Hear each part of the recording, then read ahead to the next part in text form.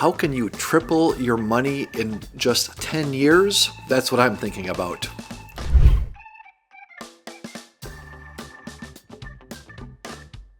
So I've been thinking a lot recently about compound interest for some reason, and some of the readings I've been doing, conversations with clients as we go through our spring progress meetings. And I came across a graphic here recently that really exemplifies or puts a real solid point on this concept that I've been talking about a lot this spring. So I'll pull up a snippet here. We'll put a link to the full article in the show notes here. But what the context of this is the purpose for this graphic is saying, listen, if you just save $100 a month and you were able to get 10% return on that money, and you do it over a long period of time, what happens?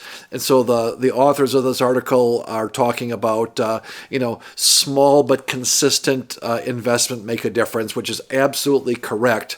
But what really caught my eye in this graphic is over on the right-hand side. My eye had kind of jumped to the values at age 65 versus age 75.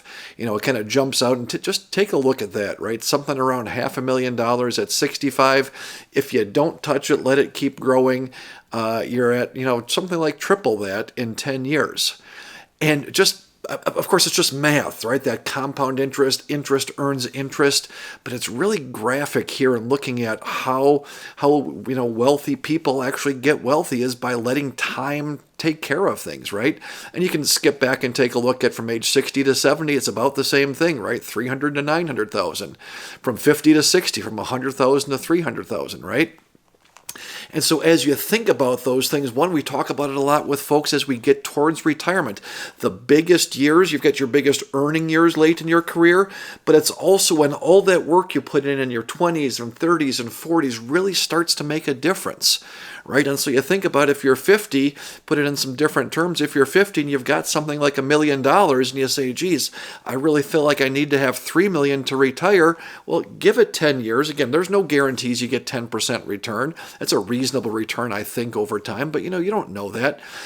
And it's not exactly going to be, triple your money sort of thing, but there's significant growth that happens the longer you leave things alone. And similarly, think about retiring at 60 versus 70. We've been having conversations with folks recently about, hey, maybe I don't want this high stress job, the high power job I have right now, but I'm not exactly ready to retire. If I can just make enough money to pay for my living expenses and not spend out of my portfolio, right? Let this money that's looked like on the graph there, let that continue to compound. If I don't even save more, but I just leave it alone for another 5 years, another 10 years, look at the type of thing that we're talking about here, right? That idea of just letting it grow and how rapidly that progresses, but it's in the second half of your life, right? In that first half, boy, you save money and it doesn't do very much.